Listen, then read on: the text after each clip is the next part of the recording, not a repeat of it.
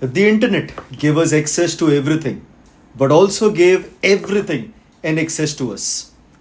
Hello, friends. This is Advocate Eeshan Usapkar, and I'm here today to speak to you about cyber security. Well, friends, today we all have a phone which knows more about us than even our friends and family members. But in this digital world, are we really safe? Are we really in a space where we can say that everything that we are doing is going to keep us safe and secure? Well, the answer to that is for all of us to think. Today, there have been some very common scams that have happened over and over again, but unfortunately, people still fall for the same old tricks. One of the most common thing that we have seen of late that has been cropping up is the use of Instagram and Telegram together to scam people into losing a lot of money. You may have seen on Instagram some very big advertisements coming up or popping up every now and then, which assure you a certain job or assure you a certain amount of payback with some big amounts coming back to you. And then usually they add you after you show interest to a WhatsApp group or a Telegram group, usually, where you will see tens and thousands of people already added before you have been added.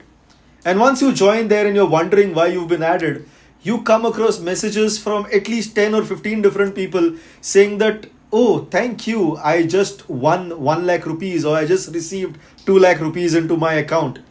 And then you'll finally have one representative contacting you and saying that we have a special kind of a job offer for you, that if you put Google reviews on certain businesses, we will pay you an X amount of money. And in fact, initially, they'll even pay you that amount of money.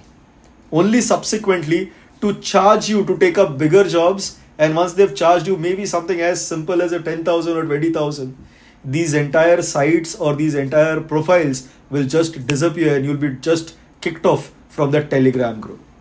Well, friends, that is one. The second most common scam that we have been seeing of late is the random video calls that people have been receiving, and especially the elderly people. We had a case recently where a person from a very reputed institution received a video call, and he thought that it may be some person that he knows who's giving a call to him. He received the call, and the moment he received the video call, the person on the other side who looked like a girl started stripping herself. And then in that video call, what got recorded was this woman stripping on the other side, and this man who was given the call, him in the corner frame where he is actually seeing what is happening.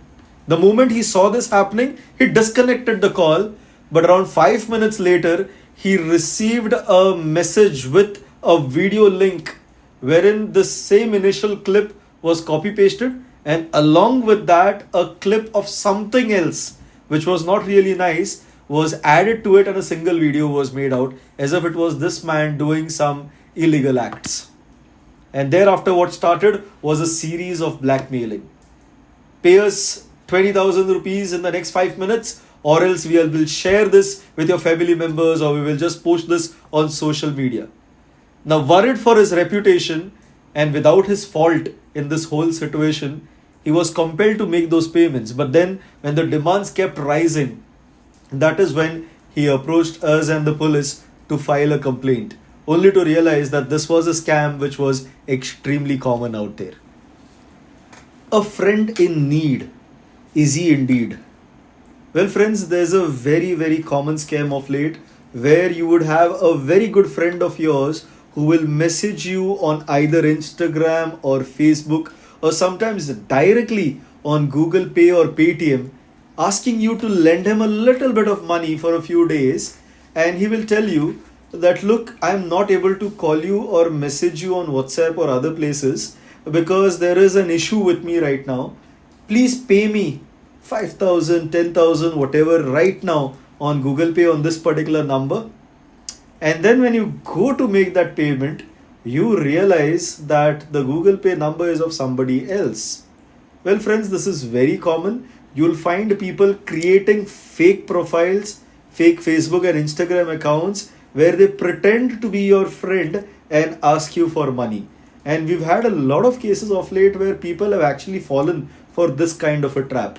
Next time your best friend or even your family member is asking for money, give them a call. Cross check with them whether they are the ones who have actually messaged you on these social media platforms or even on GPay or Paytm. And once you've cross checked and confirmed, only thereafter carry out the financial transaction. Similarly, we had this family from Goa who was traveling to Dubai.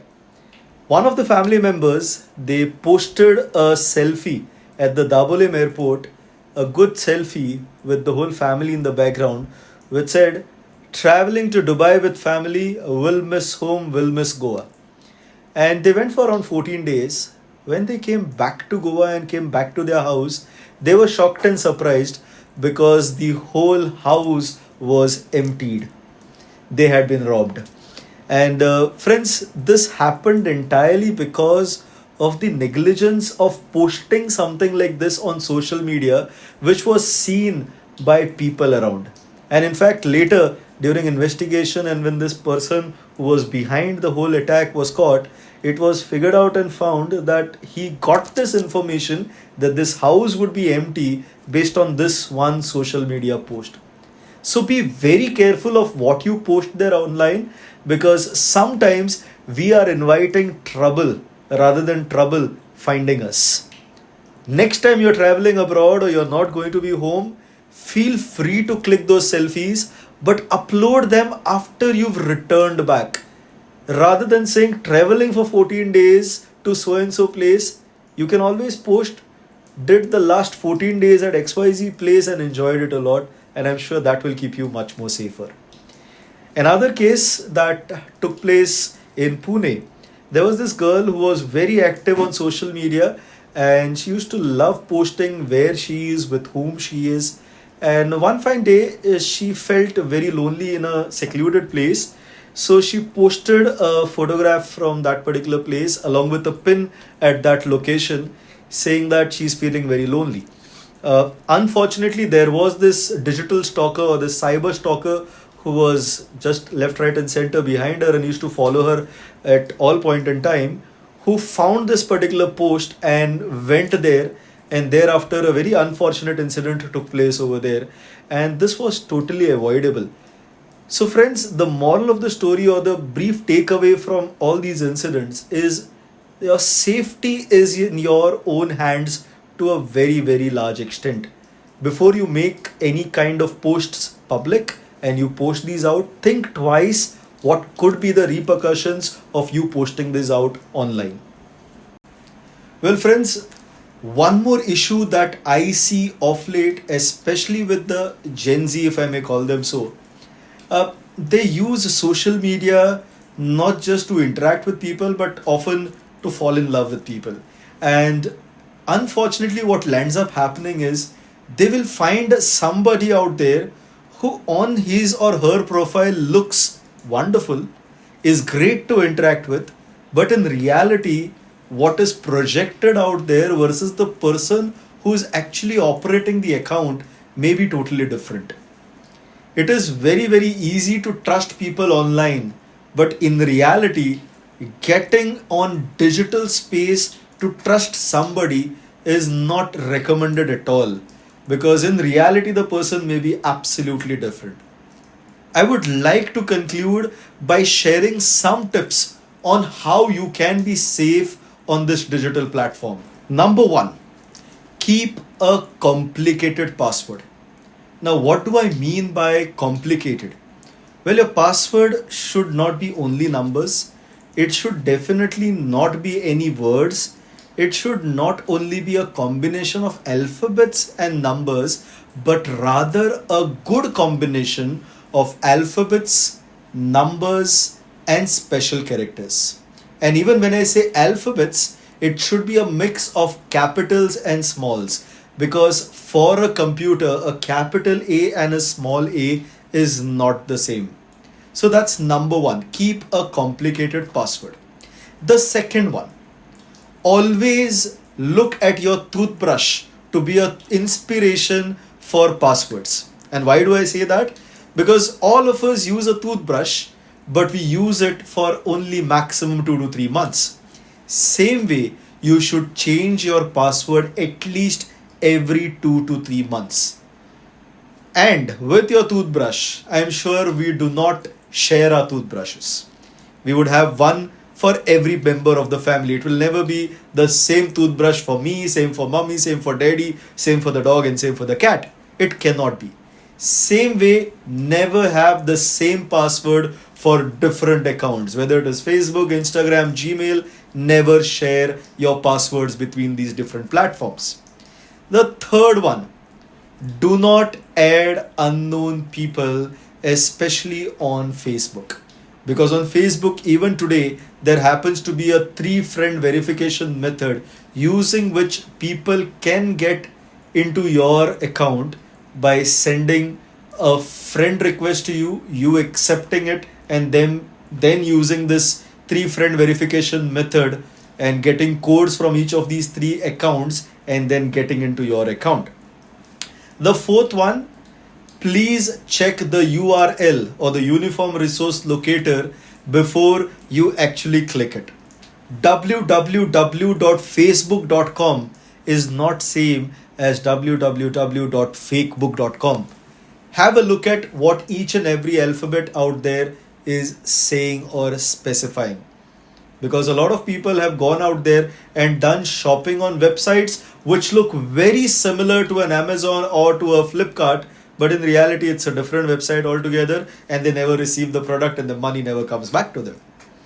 The last tip that I would like to share to all of you, friends, please remember, on a normal computer, when you sit out there and you put something, you create some profile, you create some account, you create anything, and then you delete it, it all goes to the recycle bin. Similarly, on the internet has a recycle bin of its own. Anything and everything that you post out there is present in the cyberspace. And today, a lot of countries, even when you are applying for a visa, are actually checking your social media background.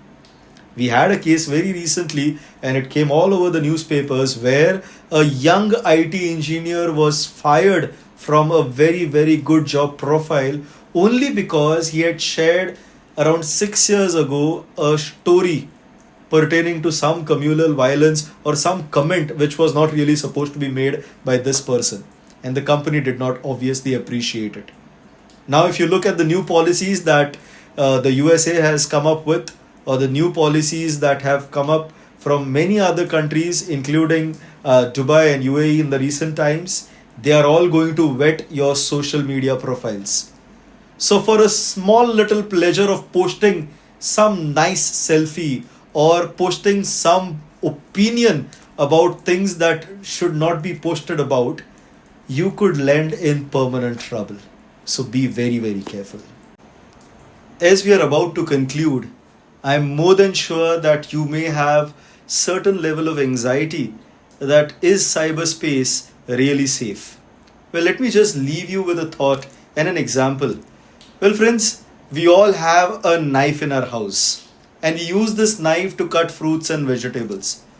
But can't this same knife be used to kill somebody?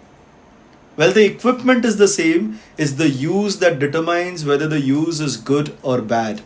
Same way, in the digital space, if you are careful, if you are cautious, if you protect yourself in the right ways, if you are aware of the things happening around you, then you will be safe and things will work in perfectly good manner.